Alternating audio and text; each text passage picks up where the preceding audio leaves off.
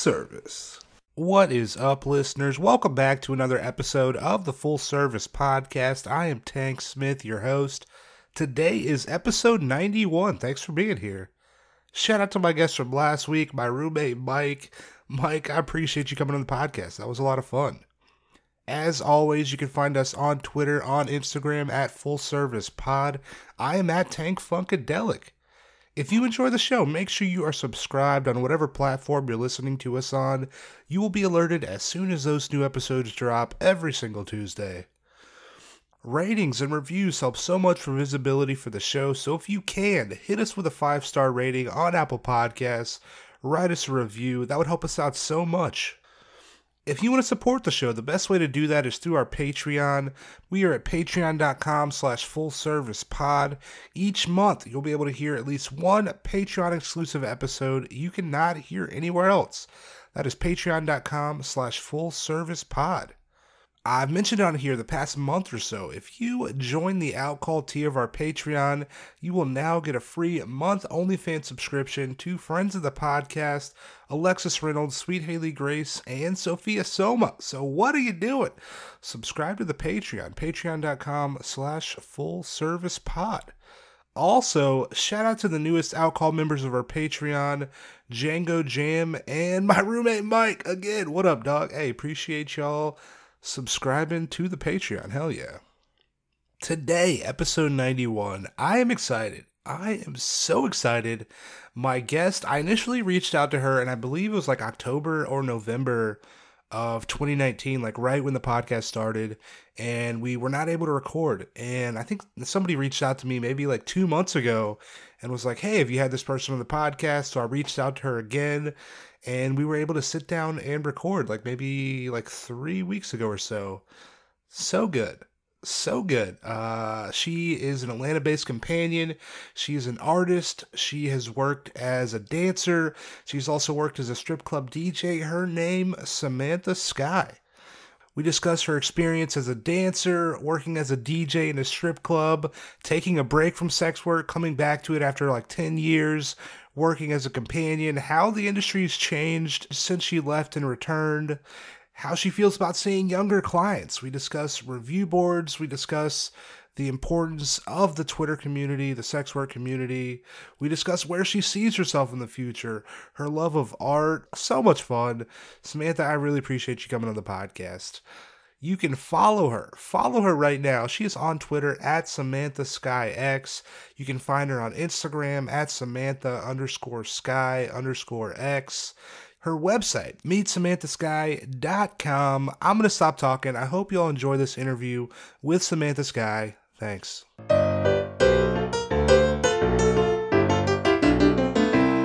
Welcome back, listeners. It's Tank Smith. I'm so excited for today's episode. My guest is an Atlanta-based companion. She is a former dancer. She is an artist. She was a DJ at a strip club. Samantha Skye. Samantha, thanks for being on the podcast. Hey, anytime, babe. I'm glad to be here. Fuck yeah, I'm so excited. Me too, man. It's great to finally meet you in person. I've been listening to your podcast for a while, though. Oh, thank you. I appreciate it. Yeah. Listeners, we are currently in Atlanta, looking at a beautiful view right now. Samantha, how do you like Atlanta? Oh, man, Atlanta's a great city. It's a lot of fun. I tell people it's everything you want in a big city, but, you know, with that laid-back, cool Southern vibe. Yeah. And everywhere you go, people are smoking weed. They're just Constantly. having fun. I know, man. I've had a contact high all damn weekend just walking around here, but I love that, though, you know? I was walking on the Beltline yesterday, and this dude next to me is smoking a blunt, and this cop just comes up and he's like, hey, there's no smoking on the Beltline. Can you please put that out? I was like... Is it legal now? I don't really know, but I'm enjoying this new world that we have. Absolutely, man. We are, like I said, yeah, we're in Atlanta. Do you have, what's something to do in Atlanta? Can you recommend for the people? Say someone's never been here before. What's the move in Atlanta? If you ever come to Atlanta, you absolutely have to go to the Claremont Lounge and see Blondie. Yes. Yes, and Little 5 Points, that's one of my favorite places in the whole world. You know, it's one of those places like everybody's just down there doing their thing. Like I was sitting there earlier eating some pizza, and there was this one guy just, he was just walking around playing guitar. Then another guy who's walking around playing guitar just comes up and next thing I know, these two guys are just sitting there jamming together, Hell yeah. doing acoustic Prince. And Damn. I'm like, man, I love y'all. I went up and gave them $20 each, and I'm like, y'all just keep playing some Prince. So they did, but it's just one of those places. It's, it's so laid back. It's eclectic and fun, and such a cool spot. I love Little Yes, Five. it is. If you've never been to Atlanta, go to Little 5 Points, walk around. You can see some cool shit. Oh, absolutely, man. It's like I remember like back in the in the late '80s and stuff. It used to be called the Haight-Ashbury of Atlanta. Really? And yes, and that's that's pretty much, that kind of describes it. Yeah. Fuck Yeah. You some people might not know you lived in Germany for a little bit. Yes. How was Germany? How do you like it? Oh man, Germany was awesome. I was 15 when I moved there, and there's a kind of a funny story behind that. I was thinking about that earlier. Should I tell? Tell the people. I mean, so look, I was born and raised in Kentucky. I grew up in this little bitty rural ass town. I was surrounded by nothing but coal mines and cornfields growing up, literally. And so when I was in high school, my mom used to sell a little pot on the side, make some extra money and stuff. And she ended up getting busted with like a pound. So, the authorities were threatening to take me away from her unless she rolled on some people. So I had a couple of aunts who were stationed over in Germany. Okay. Different branches of the military. And she come to me one day, she's like, hey, you want to go live in Germany with your auntie? And I'm like, well, hell's yes. I'm like, get me out of here. When do I go? And I didn't find out until years later that she actually went to an attorney and had temporary custody of me signed over to my aunt. Okay. So, once she got me out of there, they had nothing to dangle over her head. Yeah. So that's how I ended up in Germany. But, I was like 15 at the time, right before I turned 16. And I'm like, oh, hell yeah. And I remember landing at the airport, and I'm walking through the airport, and this guy damn near ran over me with a freaking bicycle. They're wild with the bikes in Germany. Yeah. It is, man. I was just like, oh my God. And then, my aunt and her friend picked me up at the airport. And then they're just like, I could go in stores and buy beer. I could go out to clubs. It was just Oh my wild God. as hell. That's probably amazing. Yes. And I mean, but aside from all the partying and stuff though, I mean, the German people are like super cool and everything. And there's so much history in the country. Yeah. I live right outside of Nuremberg. Oh, okay. And that's like, it's an old medieval city. Oh yeah. Very, very cool. I went partied with some rock stars when I was over there too. Shit, so no. that was awesome. Yes. I've met some famous people in my day. Nice. Yeah, I went in 2006 when I was in high school, and it was fucking sweet. It was cool. Cool, yes. Yeah, it was a good place, definitely. It was very memorable. Hell yeah. So, you're an artist as well. Yes. How long have you been creating art? How long have you been doing that? Ever since I was a little kid, I've, I started drawing and painting when I was really little, and, I grew up with my grandmother, and one of our next door neighbor, she was a retired art teacher. She was a retired college art teacher. Okay. And, I remember when I was a little kid, like going over and hanging out at her house and stuff, and she would show me all this different stuff to do, and she taught me how to do pottery, and oh nice. She was just like this old hippie art lady, and she was cool, and she would just take me around, like anything that I was interested in, she would show me how to do it. Damn, hell yeah. And I just kind of, I don't know, I just kind of had a knack for it. So I've been drawing and painting all my life. What's something you might have created or drawn or painted? You have anything you're most proud of, or anything you're like, that was sick, and you're like, fuck yeah. You got anything like that? Well, I do. It was something that I drew for one of my lifelong best friends. And he passed away in 2002, but he wanted me to draw a picture that represented all three aspects of his heritage, which was European, Native American, and African. Okay. And the one that I drew for him, it was a picture of the Egyptian goddess Sekhmet. Okay. She has the head of a lion, and I drew this picture and I can't even describe it, but it was such a sorry. Oh, you're good. I just miss him so much, and he was also my sister's godfather. Oh, shit. And we were talking about him recently, but that picture that I drew for him, it was just like one of the most ultimate and one of the most detailed pieces that I ever drew. And hell yeah. That's awesome. It was a labor of love. Fuck yeah. She went with him, and Godspeed to both of them. So hell yeah. I feel like, now we're kind of on the back end of this pandemic. Hopefully. Hopefully. Yeah. What's something you're excited to do kind of like now that everything's kind of opening up and stuff that you haven't been able to do, in the past year? I want to go to a concert. Oh my God. That's like one of my favorite things to do in the whole world. Nice. Yes. I'm going to Bonnaroo in September, so I'm excited about that. Nice. What's a concert? If you're going to a concert, any concert, who you go to see?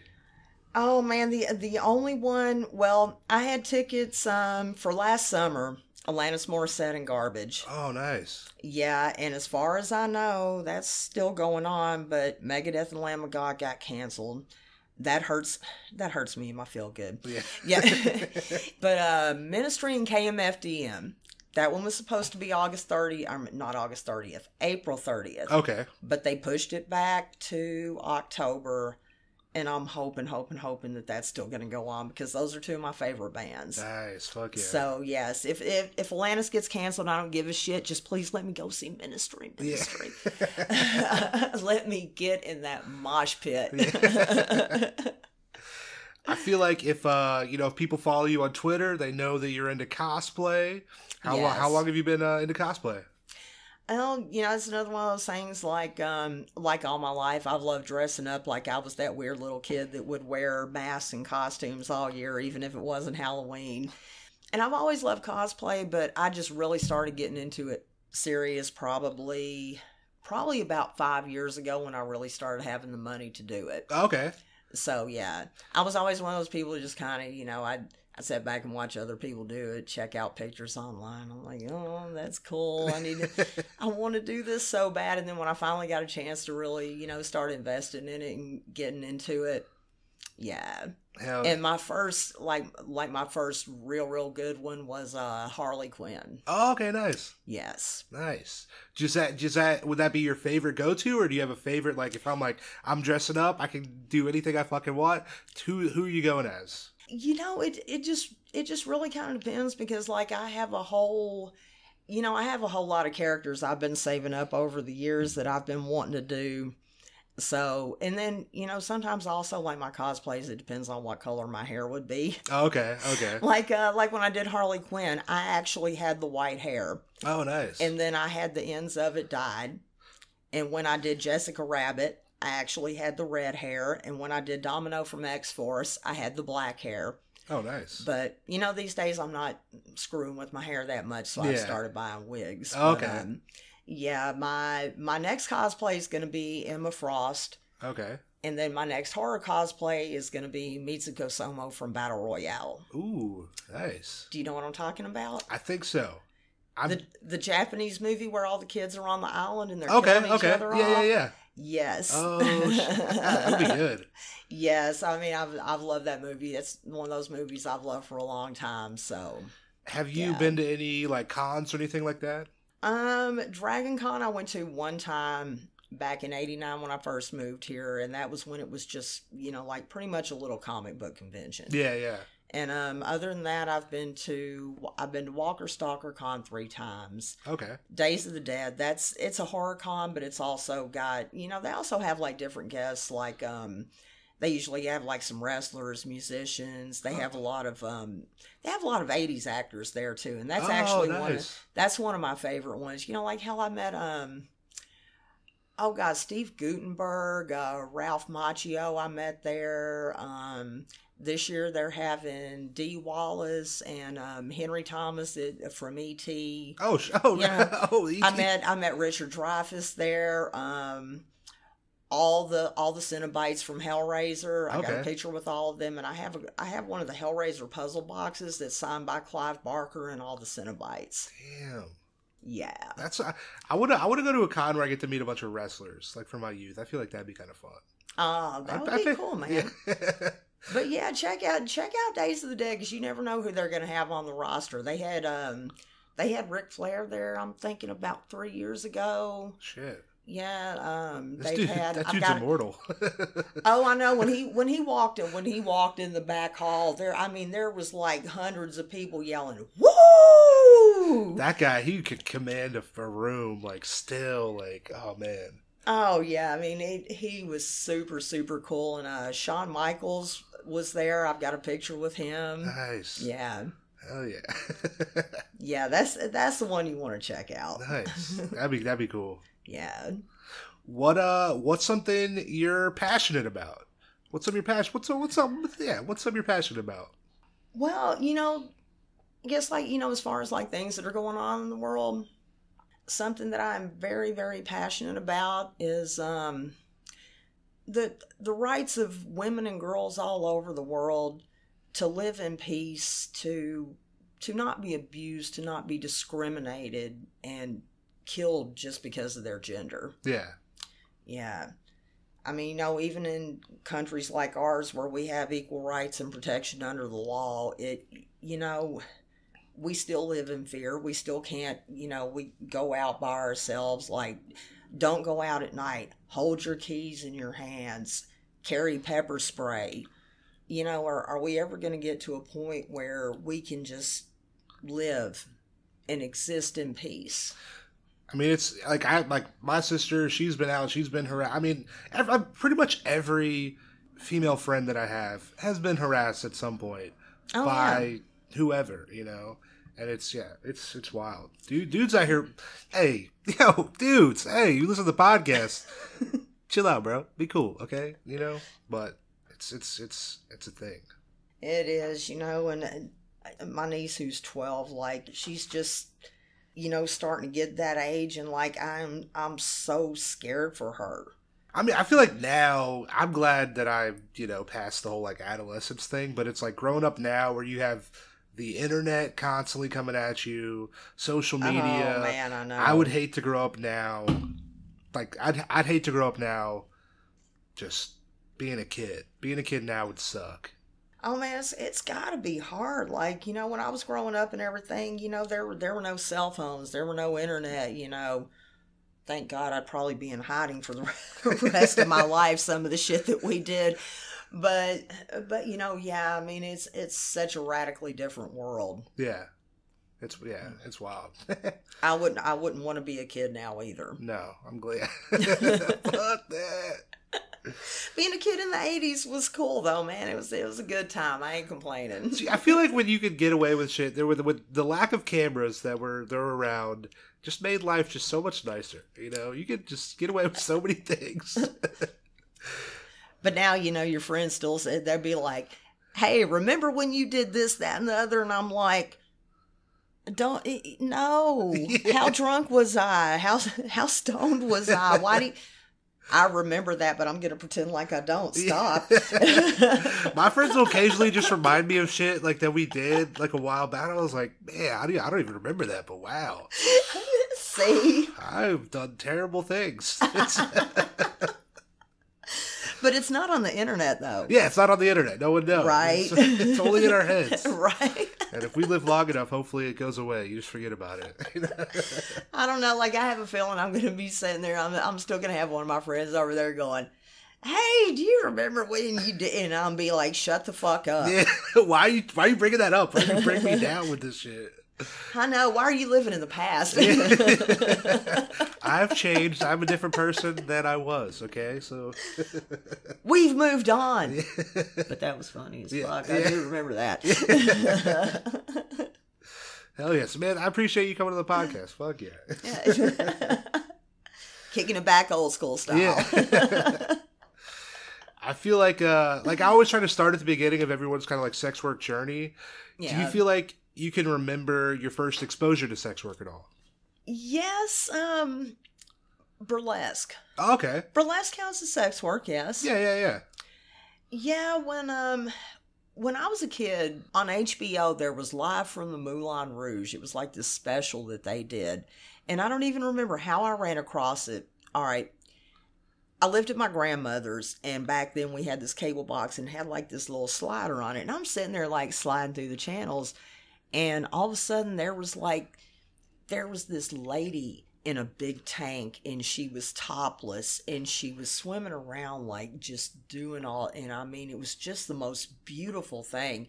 And my grandma was in the kitchen, and I'm sitting here like, and I mean, so I'm sitting here watching this, and then like the show, like there was just all these beautiful ladies, like they were gorgeous and flamboyant, and they were putting on this show and everything, and like, I don't know, from that point, I was just, that's what got me fascinated. Okay. And then, and Pam Grier, yeah, also around that same time, I ran across Foxy Brown on one of those. Nice. On one of those cable channels and stuff, and Pam just blew my little mind. But anyway, but like growing up back then, like pretty much the only thing you saw about sex workers on, like on the movies or TV, it was like the street hookers, bending over the cars and, this, that, and the other. But it was really the burlesque is what got me started on that. That's what drew you in? Yes. Hell yeah. And then that got me fascinated with dancers. So I think, that's kind of what had me thinking about it. And then after I graduated from high school, I was looking for a job because my mom was like, do you have any plans on, going to college, anything like that? And I'm like, well, no, I've just been trying to think about getting through the past 2 years. And she's like, well, you need to get a job. So I'm looking for a job, and one day she was like, well, as much as you like dancing and running around naked, why don't... Oh, sorry. Oh, you're good. So she's like, as much as you like dancing and running around naked, you could be a stripper. And I was sitting there thinking, and it was something that never occurred to me because, like, I thought you had to have big titties to be a stripper. Anybody can be a stripper. Right. Well, see, that's another one of those things, like growing up, every time you saw, like sex workers or dancers or strippers on TV in the movies or whatever, they all had big titties. I guess so that's I was like, me, but then so, I'm like, well, I'll try it. And then one thing led to another. So there I was at this club in Smyrna called the Platinum Plus. Okay. Yeah. How was that club? How'd you like it? It was so weird. It was the city wouldn't give them a liquor license, so it was 18 and up. Oh, okay. It was a juice bar, but I mean, I made all right money there, and I mean, honestly, it wasn't anything spectacular. It was my starting job. I made good money there. How'd you like dancing? Like, did you like before like going into dancing? I'm sure you had like an idea of kind of what that was. Was that different at all than what you how your experience was? Yes, it was. I thought it was going to be glamorous, to be totally honest, and it was. It was just. It was really not, at least for me anyway. Like there was no big stage and all these bright lights and poles and people throwing money at you and everything like that. It was just like this short ass little stage that was probably about 2 feet tall, and just, since there was no alcohol, people just sitting there drinking coffee. Oh God, that is not gonna get the money flowing. Yes, but I mean, so yeah, I had to move to another part of Atlanta before before it got to that point where there was bright lights and big poles. Okay. Big poles. Hell yeah. Do you feel like there's like a learning curve or like a waiver period in dancing when you're like not good? Is that a thing? Or you're like, you've been dancing for a while, you're like, I'm amazing starting out. Was there a learning curve or waiver period at the beginning? For me, actually, dancing at the club was not the first time I had stripped for money. Okay. So, that was just the first time that I did it formally at a club. But, I had always loved dancing and everything. But I guess if you've never done it before, there probably is. But for me personally, it was just, I remember I was sitting back there, getting ready in the dressing room my first day. And then I heard somebody saying, I'm not going to say the name because I went by my civvy name back then. Yeah. It was my civvy name's unusual. Yeah. And nobody ever questioned it. So I heard them calling my name. And I'm like, somebody's like, hey, you're on stage. So I'm like, oh, okay. So I run out there on stage. Welcome to the jungle. Oh, and I'm just up there like, okay, hey, what's up? And I just started doing my thing, and that was that. That's great. Yes. Do you feel like there was anybody, at the beginning of dancing that kind of like helps you along the way? Or are you kind of doing this completely solo by yourself, learning as you go kind of thing? Or how was that? My dance mentor was Miss Catherine. Nice. She was an older lady. She wasn't there like at the very beginning, but this was at another club I worked at. But she was one of those, I was 21. I just turned 21 when I started working at this place. And Catherine, she was probably in her early 50s at the time. Okay.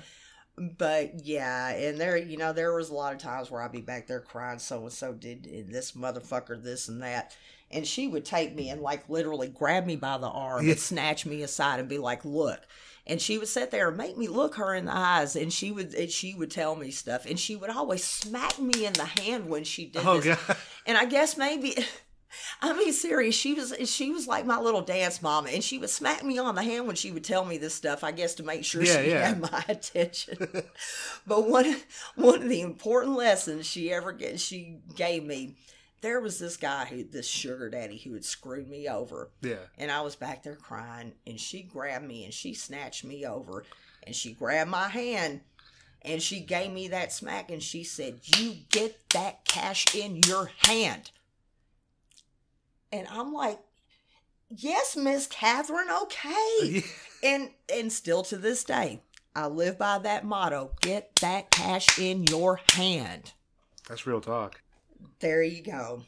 Fuck yeah. She was my number one mentor. There's been a few come and go along the way, but she was the one who was just straight up real cool as fuck, had no other ulterior motives. Hell yeah. Yeah. Do you have a favorite strip club in Atlanta? Like, I guess maybe that if you're going to go to a strip club, where are you going? Well, these days I go to Fanny's. Okay. Riley's was my favorite. That was like my home away from home, my Cheers. But, it closed down a couple years ago. And so, yeah, these days I go to Fanny's just because it's one of those places like, I feel at home. I know people there. Oh yeah. Like these clubs downtown, like the Cheetah, they're like, there's good looking girls there. But when I go in there, I just, I kind of feel, I'm like, blah, this is boring. I want to party. I want to be around friendly people. I want to go where everybody knows my name. Hell yeah. so yeah, I miss Raleigh's, but Fanny's, I got a lot of friends down there. Okay. And it's just, it's a cool neighborhood. I like the neighborhood bar kind of vibes. Okay, definitely. Yeah, so that's what I like about it. And then of course the Claremont. Oh yeah. Yeah. I've only been once, but I was like, it was so great. It was awesome. I went a couple weeks ago. Like, have you been in their rooftop bar? They got like a rooftop bar at the top of the Claremont Hotel. Really? Yeah, it's so nice. Like, because and it's like you can have 360 views of Atlanta and shit. Like, you can see like Pond City Market. You can see kind of like Midtown and shit. It's yeah. I had no idea. That must have been something new that they did. Yeah, next time you go, just go up to the roof and they got a bar up there. Shit is nice. It's cool. Fuck yeah, man. Yeah. Next time I'm downtown, I'm gonna do that. I'm gonna go downtown. See some titties, get a table dance, go upstairs. Fuck yeah. How DJing? So you DJed at a strip club as well. How'd you like DJing? Man, the money's good, but oh god, dealing with drunk strippers all night. Woo. I mean, I love y'all. I love y'all. I love my strippers. But damn, when you're the DJ and you guys sit there and listen to everybody cry every night and tell you how they can't tip you out because they spent all your money on cocaine, it's not funny. But yeah, I mean, but no, it was good. I can't complain. I made good money. I met a hell of a lot of cool people along the way. Okay. So, 2 questions. Yeah. What was your favorite go-to dance song? And then also, do you feel like there is a most popular song that was requested from other people? My personal favorite song to dance to was, and the song that I made the most money to ever, and this is wild, Stigmata by Ministry. But the 10-minute long live version. Okay. The one where at the end he's going, fuck, fuck, fuck, fuck me, fuck you. I used to hang upside down naked from the pole, just banging my head, screaming, fuck me. And people, dudes would just, they'd just be throwing money at me left and right and shit. That's great. And I would make like I had like this whole show, I would make a whole set out of that. One of the most requested songs and one of my most hated songs, Closer by 9 Inch Nails. Okay. It was so wore out. Oh, yeah. Yeah, it just got to the point where every time that song came on, like, my Agent Orange would start acting up. Do you feel like, so if you got the 10-minute song, are you only getting to dance to one song? Or are you getting a longer set than everybody else because you're like, I get the 10-minute song plus another song too? How does that work? No, whenever, like if the club was packed enough and everything, and I had the crowd that I could do the ministry song to, we would count that as 2 songs. Okay. Yeah. So I would pick like one song to start with, and then we would do. Yeah, my DJ and stuff. He was cool though. Hell yeah. He knew he would get paid good if he put me up to that. Yeah. So, yeah. How do you're not dancing anymore, right? No, just privately if clients request it. Okay.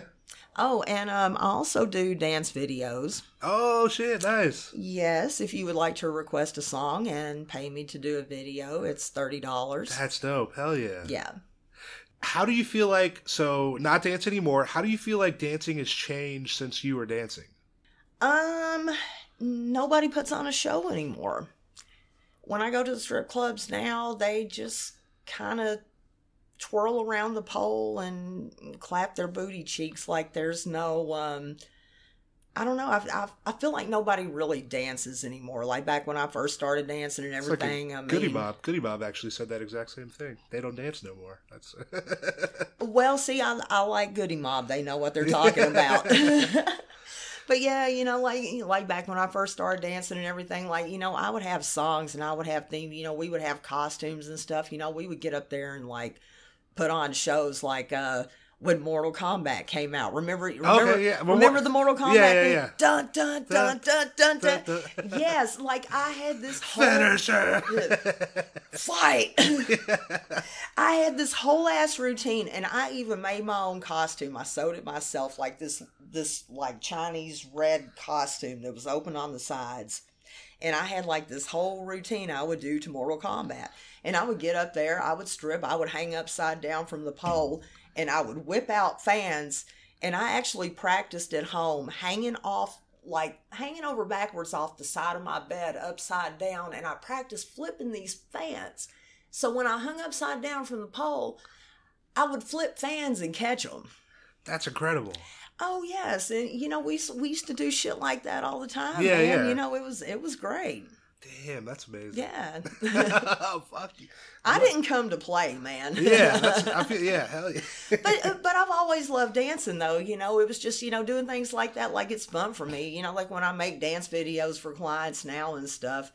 I mean, like the song you pick, like I'll pick outfits and, props and stuff that, oh shit, go with the mood and the theme and everything else. Like, yeah.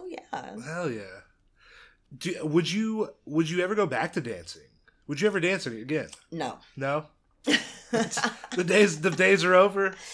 Those days are over. Well, like if I could get up on stage, like if I was at a club and somebody wanted me to go up on stage and do one set, I'd be like, oh yeah, but like as far as, doing it again, like as a career, no, those days are over. Okay. Yeah. It's hard, man. It's so much different the way things are now. It's just, it's a lot of work. These days I'm making as much in an hour as an escort as I make all night at the strip club. Why the hell would I want to downgrade? Yeah. Nothing against dancers, I'm just saying though, the money comparatively speaking. Okay. Yeah. Do you feel like dancing has had an influence on escorting at all? Do you feel like Yes, because working in the strip clubs and interacting. I mean that's where I used to find all my clients. Okay. Yeah, well, aside from the brief time that I worked at Jack Shacks and stuff, but that's where I got all my clients and stuff. So, just learning how to be seductive and interact and flirt and talk with people, and and that comes across with what I do now. Okay, hell yeah. So you took a break from sex work in between kind of like dancing, getting into escorting. How is getting back into sex work been for you? Getting back into it now it's been a whole different world. And, you're talking about a learning curve earlier. I did a hell of a lot of learning real quick. Yeah. Because the last time I was in it, like I said, I worked at the strip clubs before, and that's where I got most of my clients and stuff. And, so I never advertised online, like the way we do things now, advertising online, having a website, social media. And yeah, I mean, it's different. I like it, but it's a whole lot of work. Yeah, so much. It is. Do you feel like, so in your break, do you feel like public perception, like how the public feels about sex work has changed in that 10 years than when you were dancing? Do you feel like it's viewed any differently now than it was when you were dancing? Well, I definitely think people are a little more accepting now. It's coming to the mainstream a lot more, like, like back in the early 2000s and stuff, with all the crunk music in Atlanta, it got, like, the strip clubs got popular, and, that was one of the first ways that sex work started coming into the mainstream. And, now, like, going to the strip club and, even women and female customers going to the strip club. Yeah. It's just like, it's no big deal. And, I see a lot of places, there's a lot of movement going on now for decriminalization of full service sex work, which I think is amazing. But that's one of those things, I mean, I've been vocal about this all my adult life. Yeah. I'm like, why in the hell? It makes absolutely no sense. Like, I could go out here, I could screw all the guys I want to, but if money exchanges hands, all of a sudden we're criminals. Yeah. That's never made sense to me. I'm like, just leave people alone. Let consenting adults do what they want to do. The government has absolutely no place being in people's bedrooms and legislating people's sex lives, pretty much. Yeah. And you essentially, like, if it's like, but if I say that we're in a relationship, then it's like, it's okay. But it's like, if it was like, oh yeah, we fucked, he gave me money, but it's like, oh, we're in a relationship though. It's like, it's not like, it's like, it's okay. It's weird. Yeah. You know what? You want to know one of the biggest sex workers in America? Melania Trump. Yes. Hello. Look, Melania, you're awesome. Get that money because you deserve it, honey doll. But yo, for real, she's got to put up with so much shit. I'm like, right? Let's get paid at least, hey. Oh, exactly. She's getting paid good, but seriously though, like, women marry for money all the time. And damn good and well, like Anna Nicole Smith, damn good and well, she didn't marry that old shriveled up man because he had some good dick. Nope. So, come on, let's get real. It really is like, yeah, even if you talk like porn, like we put a camera in front of here, then it's like, it's legal now too. Like it's. There you go. Like it's truly incredible. It's Yes, it is. That's another thing. I was talking to one of my friends about that a while back, and it's like, why, you can fuck for money on camera, but if two consenting adults want to do it behind closed doors without involving anybody else or whatever, no. bad. Shame. Yes. Shame. There should be no shame in that. People have needs. People have needs. And if you're not hurting anybody else with what you're doing, then, why not? Yeah, 100%. Yeah. So getting into escorting, right? Yeah. Do you feel like there was, like, is it the same kind of thing? Are you doing it by yourself? Is there anybody that's kind of helping you along the way starting out? Or is it you kind of just like, try something, doesn't work, try something else, try something else? Like, how is that kind of learning for you in escorting? When I first started doing it or now? Now. Oh, now I just kind of went into it blind, and honestly, I started out under the radar on sites, like Seeking Arrangement, and oh God, those guys are such a pain in the ass. But getting back into it and everything, like, it was something I'd been thinking about for a long time, but I never really knew where to go.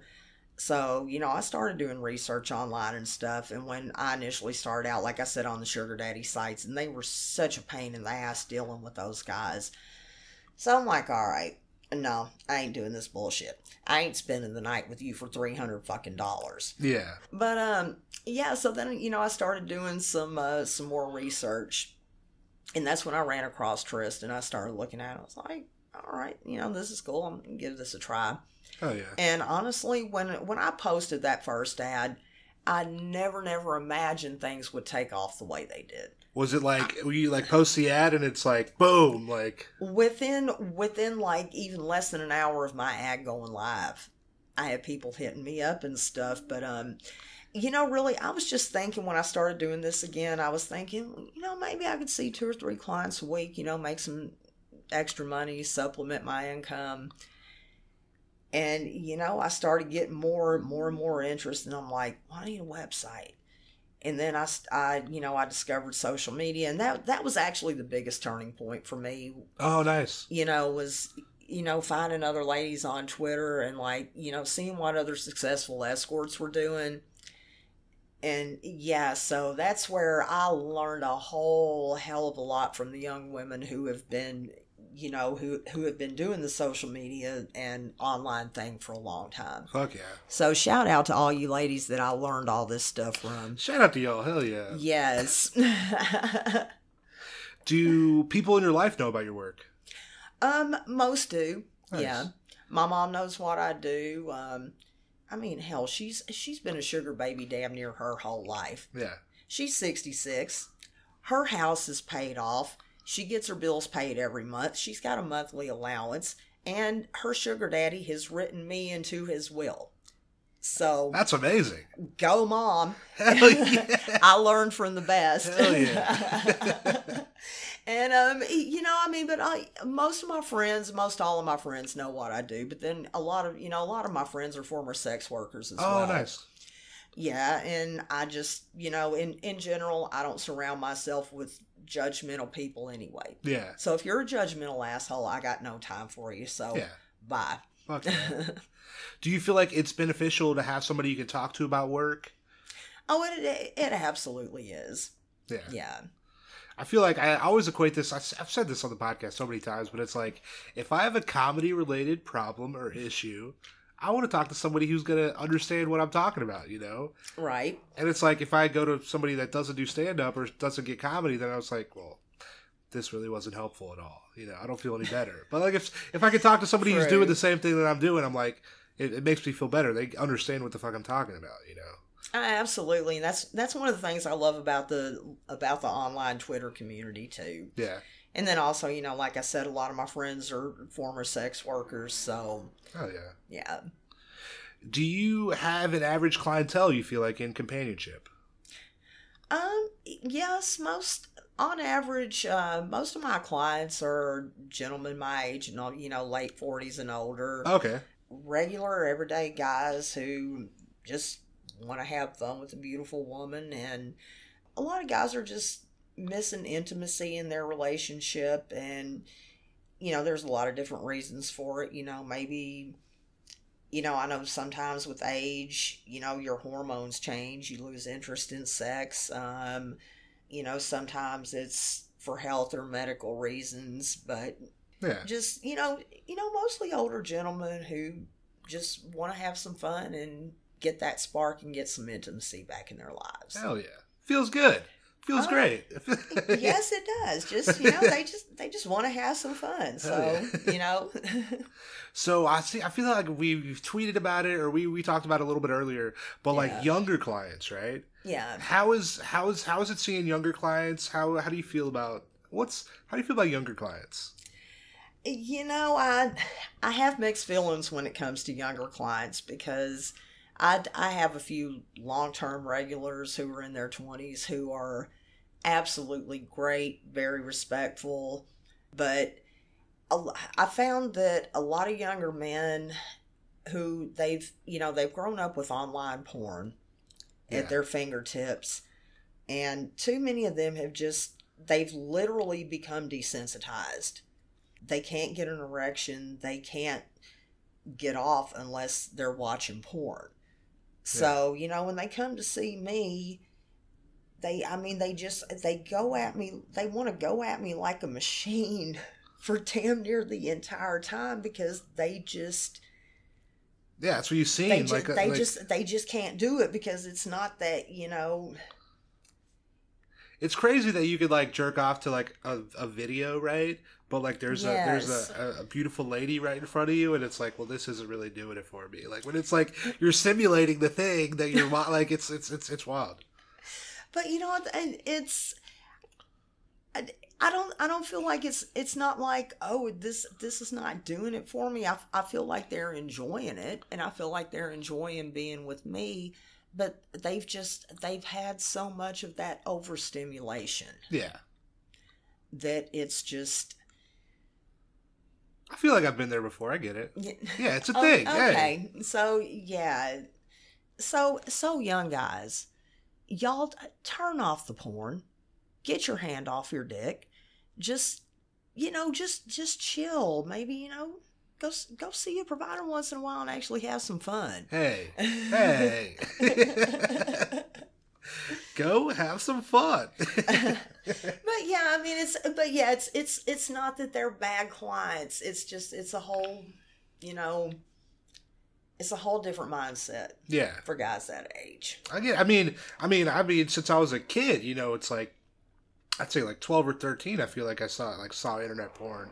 And it's like, it's a thing. I don't know. At my age, I remember, like you had to go to like this little back room to rent a movie. Yeah. And there was like this whole little back room with these VHS movies. And I'll never forget the first time my mom and her boyfriend rented a XXX movie, and they told me and my brother and my cousin, like, y'all go outside and play, but it's 7:00 at night. Yeah. And they locked the door, and we were sitting there like, we knew what they were up to. We were peeking through the window and laughing and laughing. It's like, y'all ain't fooling nobody. But yeah, you had to actually like go out. And then, in the early 90s, when the internet really, the internet as we know it started becoming a thing, it was all behind a paywall. But now it's like you can type in like Xtube, Pornhub, whatever. There's like a million free sites, and it's right there at your fingertips. Yeah. Basically, Pornhub just bought up all these sites that were like had this paywall, and then basically just took away the paywall. Oh wow! And it's Pornhub like bought so many. Pornhub bought so many like porn studios. It's truly incredible. No shit. Yeah, it's wild. Wow, I didn't know that. Yeah. Do you feel like in escorting, right? Do you feel like people that are reaching out to you, potential clients, do you feel like they know what they're doing when they hit you up? For the most part, yes. Nice. It's getting better. Yes. Well, but I have a website, and I try to go into as much detail as I can on there to to facilitate clients booking me, especially if, maybe it's, their first time or whatever. But, all of us, we all operate differently. Yeah. So I think it's important to have as much information as you possibly can safely on your website. Yeah. So anybody who takes the time to read my website, they should know what they're doing. Yeah. By the time they book me. If you read the site, it tells you exactly what to do. Yes. This is the information that I need from you. Right. Fill it out, put it in. Hey, we can get this popping, It's Yeah, and this is how I operate. These are my expectations, my boundaries. So, yeah. Yeah. But yeah, overall, most know what they're doing. Oh yeah, fuck yeah, that's good news. It is. I love that. So this question comes from Bobby on Patreon, right? Okay. He wants to know, have you ever like worked at any like cons at all? Like I guess like escorting wise, and I guess like has that ever happened, and how is that? I guess. I've never worked a con because when I go to a con and I'm in that mode, I'm just there to have fun. Okay. Yeah, I'm like whatever cosplay I'm in, I'm in that headspace of that character. I'm just there to have a good time. Nice. Yeah. Do you ever feel pressure in a session to live up to clients' expectations at all? The only time I really feel any kind of pressure is when it's a client who has never ever done this before. Oh, okay, like first timer. If I'm their first provider, because like clients, like it's their first time seeing me, but they're not new to the game. Yeah, they know what's going on. Okay. I feel relaxed. I just do my thing. But like if I know it's somebody's first time seeing a provider and I'm the first one, I kind of feel like, I don't know, like I'm taking their virginity at the prom or something. Yeah. I feel like I need, I feel like I need to make that special, and then but then also because if I'm the first one you're seeing, you're gonna be spoiled after that. Yeah. I'm one of those people. I'm like I pay so much attention to detail, like with everything from myself, my in-call, everything else, communication from front to finish. So hell yeah. Yeah, if that's really the only time I feel pressure. Nice. First timers, hey, go see her. Oh my God, I'll ruin you, but in a good way. So I feel like I've said this before. I feel like if anybody kind of follows you on Twitter, you are outspoken against kind of like these review boards, review culture, these forums. How do you feel about these sites? I feel like these sites are not beneficial to providers. On the one hand, yes, if you advertise on them and you cater to that type of clientele, sure, you might make more money, but at the same time, what is the price you have to pay for that? Sacrificing, your mental health, you're dealing with overall, forum hobbyists tend to be entitled and demanding. And I mean, really, like when I'm with a client, the last thing I want to sit there and be doing is like stressing about like, oh my God, what is this guy looking at? How's he going to rate me and grade me? And yeah. Oh my God, do I have a chip on my right toenail that he's going to go back and complain about? She had this freckle on her boobie. She gets a 5 in looks. I didn't like that. Yeah. It's just, yeah, those guys are just, they're strange in their thinking. I think, I feel like it's hard. Like if you kind of like don't know anything about this world, like I feel like the way I found out about everything was like I Googled Raleigh escorts because I was living in Raleigh at the time. Yeah. Right? And I feel like these kind of review sites are going to come up and you don't know as a new person what this really is. So you're looking and then you're like, oh my, like some of the things you read, some of the things you see. And I'm like, oh, Borowski, first off, how old are you if you are talking about like, oh man, I don't like more than $50? What are we talking about here? Come on, like, oh like, Lord, like what, like, bro, what? This is 2020, 2021. Like, these prices have gone up. Inflation is a real. How does inflation not like inflation affects everything except for sex workers? Apparently, it's like these prices should never go up. These prices should. Why are we 120? What? Like it's wild. Oh, I know it definitely is. I mean, prices, that's one of the biggest things they complain about. And then deposits. Oh, yeah.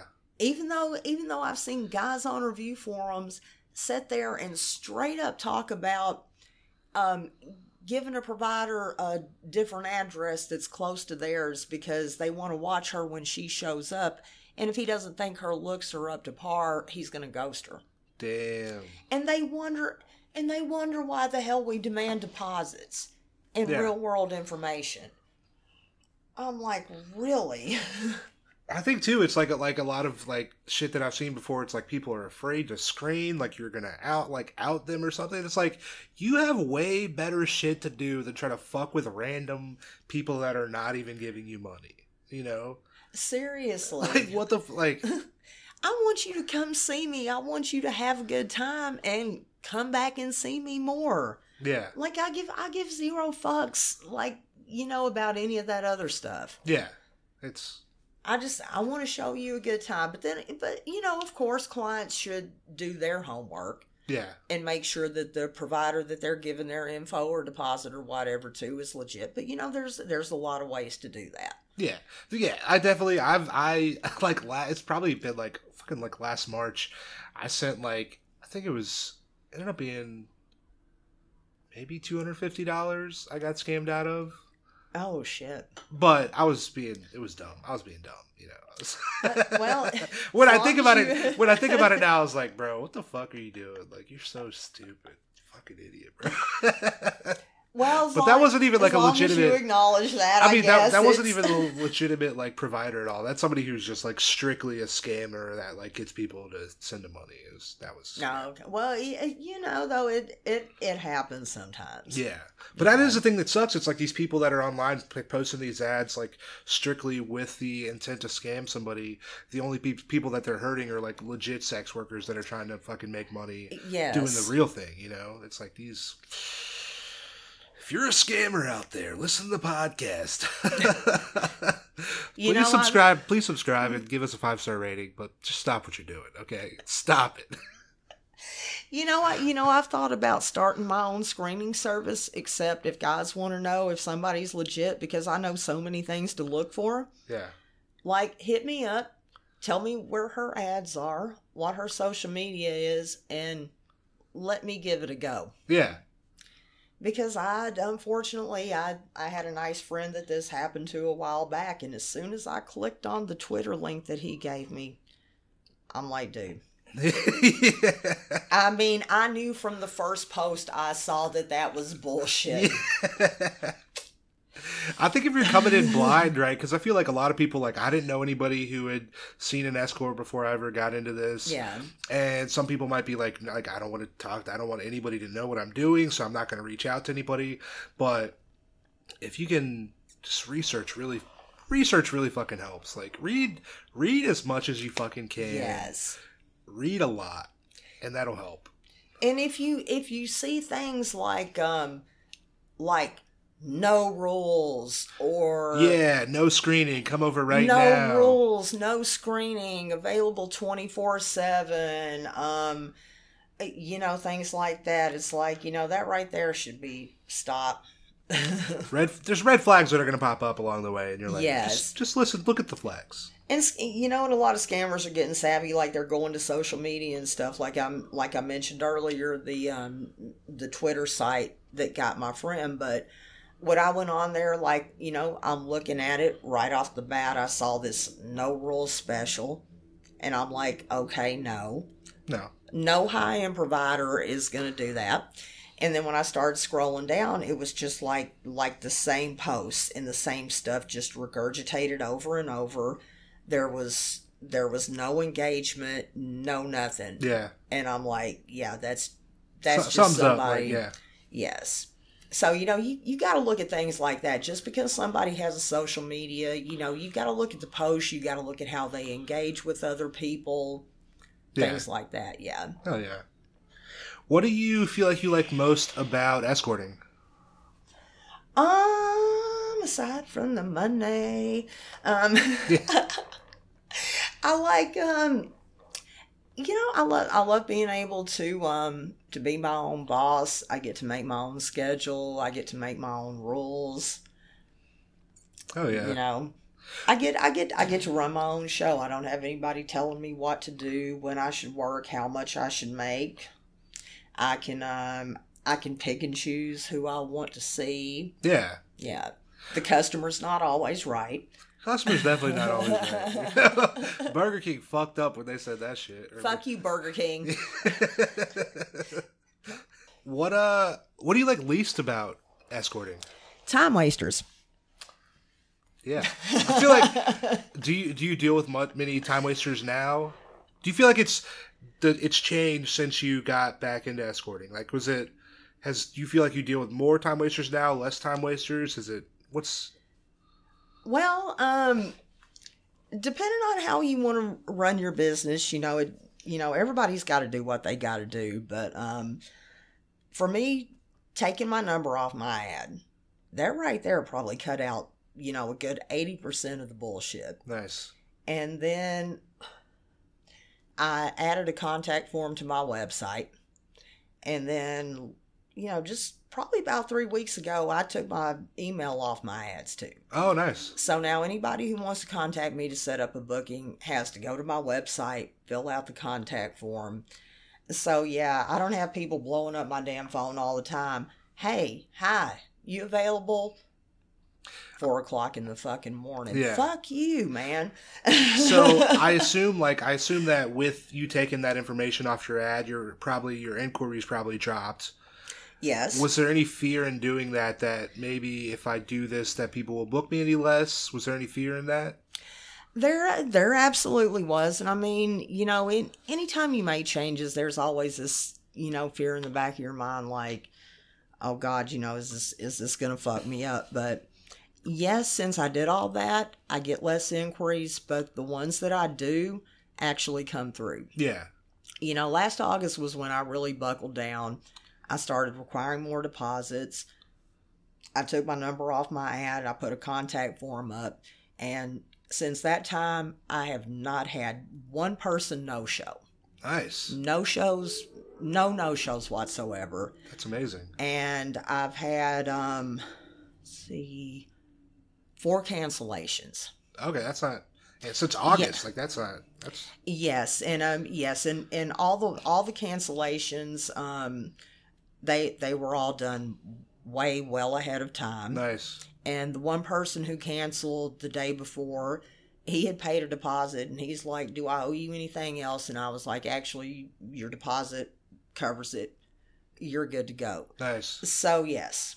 I mean, I see that's a big thing. Like a lot of providers, they're afraid if they go there, they're going to get less inquiries and stuff. And yes, you will. But if most of the guys who are hitting you up, they're flaking at the last minute, they're not showing up, you're not making money. Yeah. So.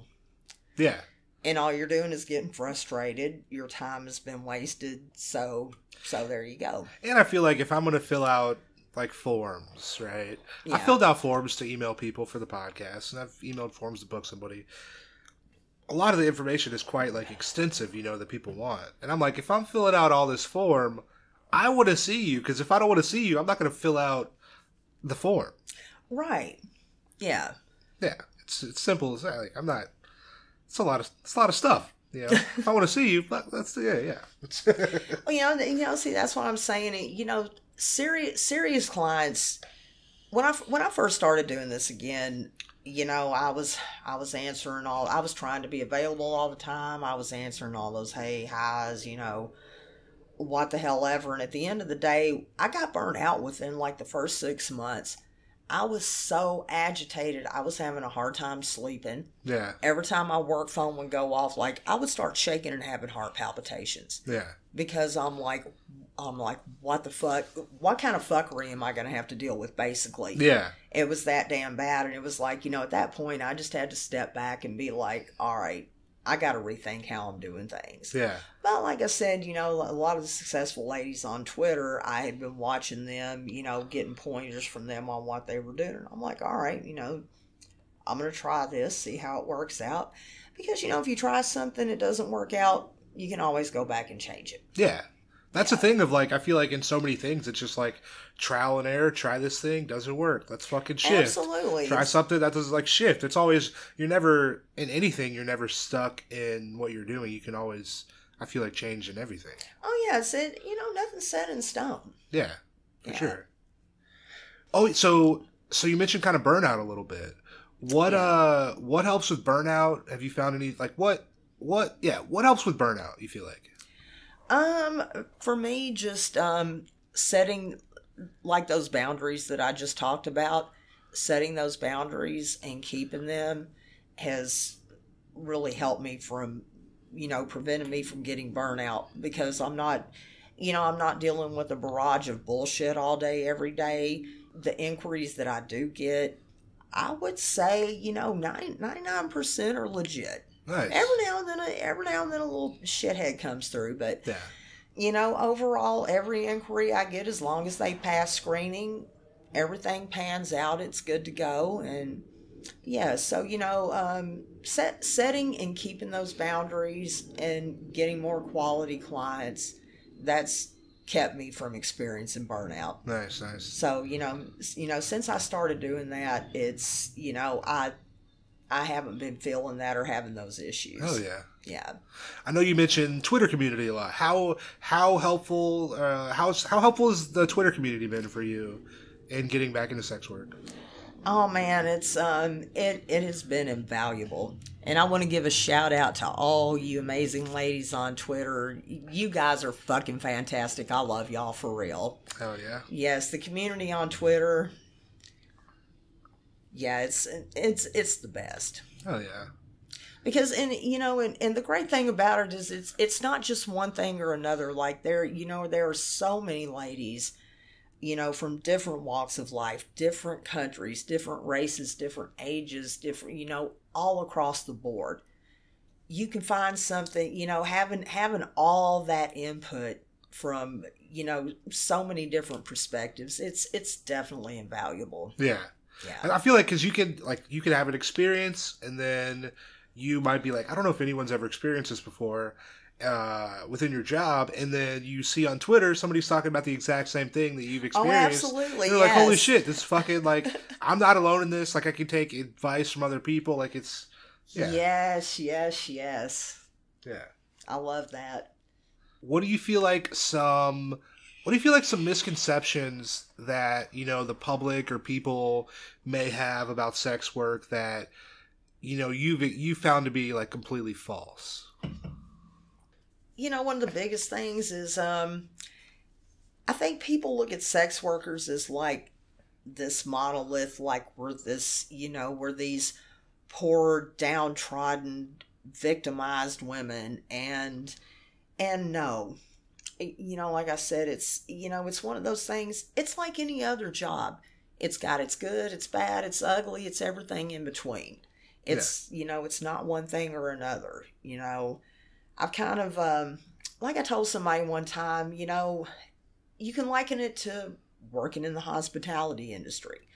If you work at McDonald's, your experience is going to be vastly different than if you work at a 5-star Michelin restaurant or Applebee's or Outback or whatever, Yeah.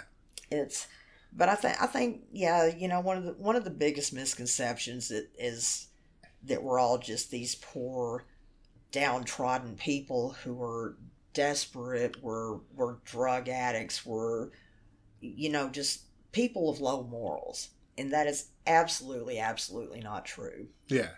I've met so many doing this podcast, and not even necessarily do this podcast, but also just sex work I've seen, and I'm like, fucking some of the best fucking people. I'm like, y'all are great. Y'all are awesome. Oh fuck yeah, man. The ladies in this industry, we're beautiful, we're bad, we're mad, we're sad, we're killer, we're gorgeous, we're ugly, we're big, we're small, we're everything. We are all women. Yeah. And some of the men. Ryan, I love you, baby. There are very few legit male escorts, so I had to give a shout out to my man Ryan Fantasy. Oh shit! It's funny. I know exactly who that is. Yes, he's legit. He's awesome. So any of you ladies out here who might be listening to this, yes, get you a little Ryan. Hell yeah! What up, Ryan? How you doing, dog? Do you feel like sex work has helped in any other aspects of your life? Yes, absolutely. When you're in this business, you have to learn how to have firm boundaries. You have to learn how to really stand up for yourself and advocate for yourself.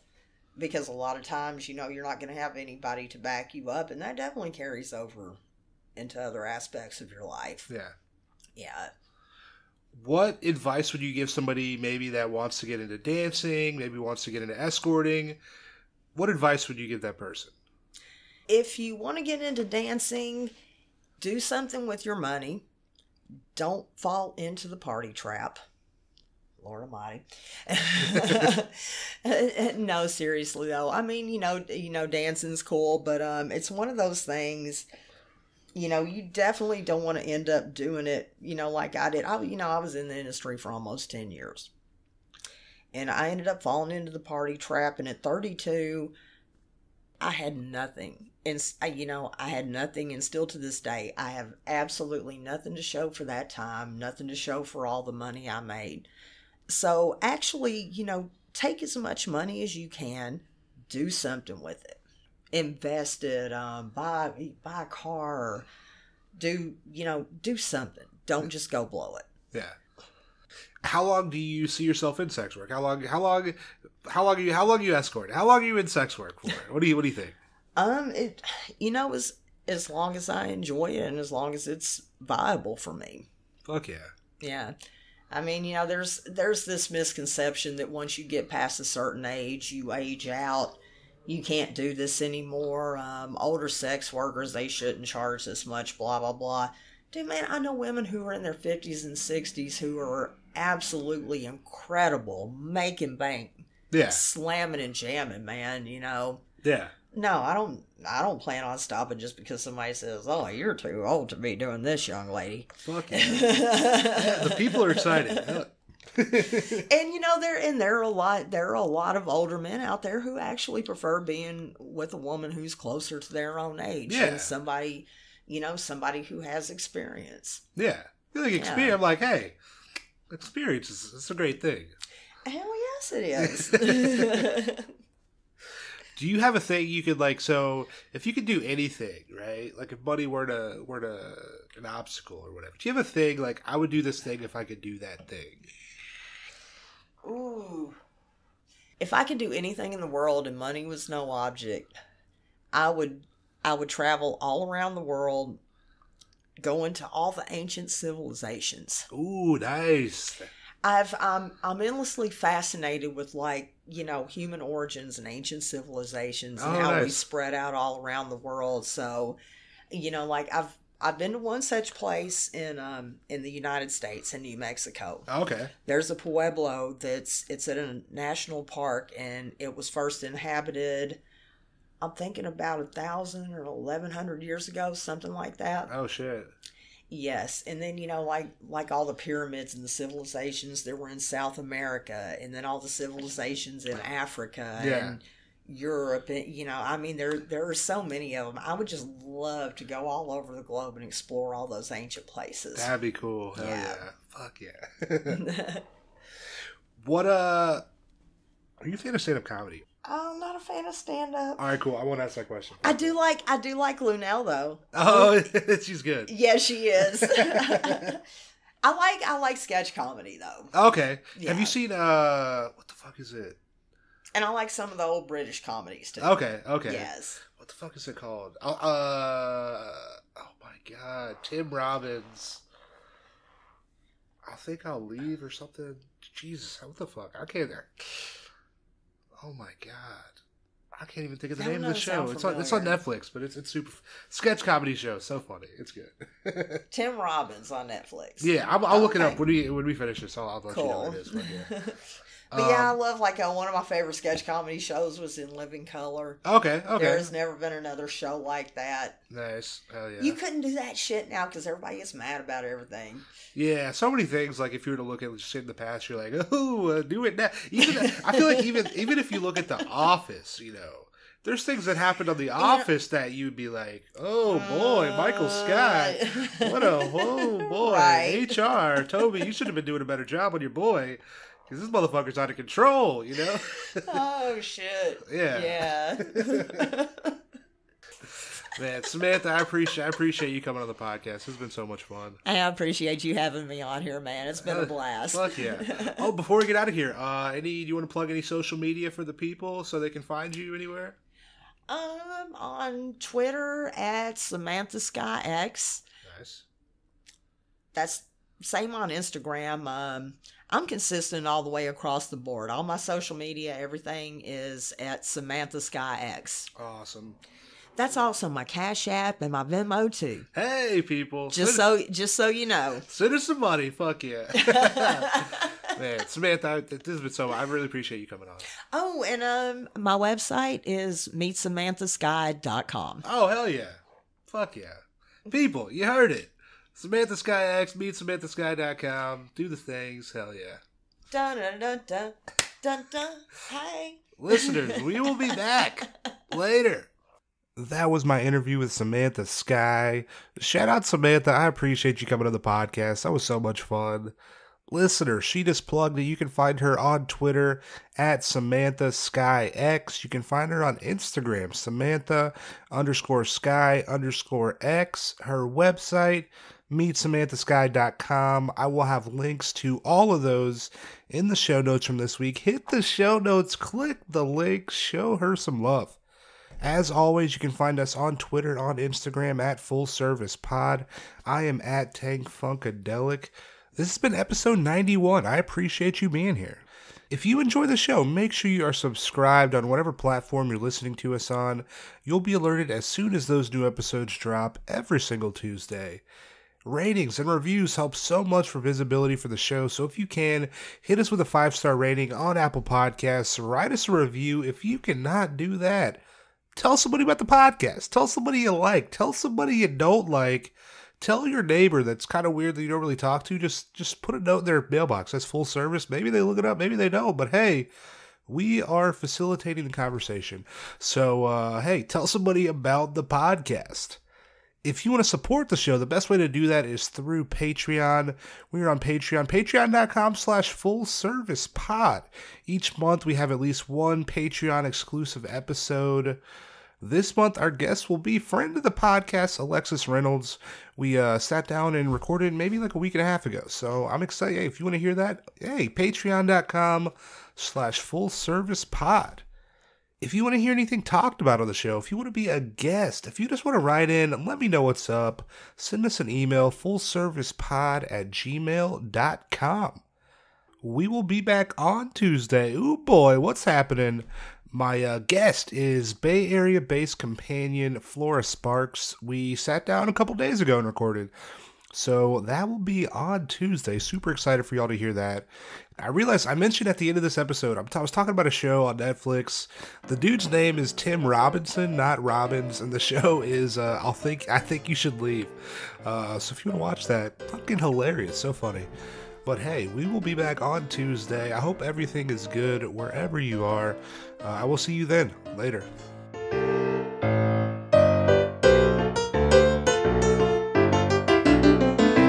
Full Service.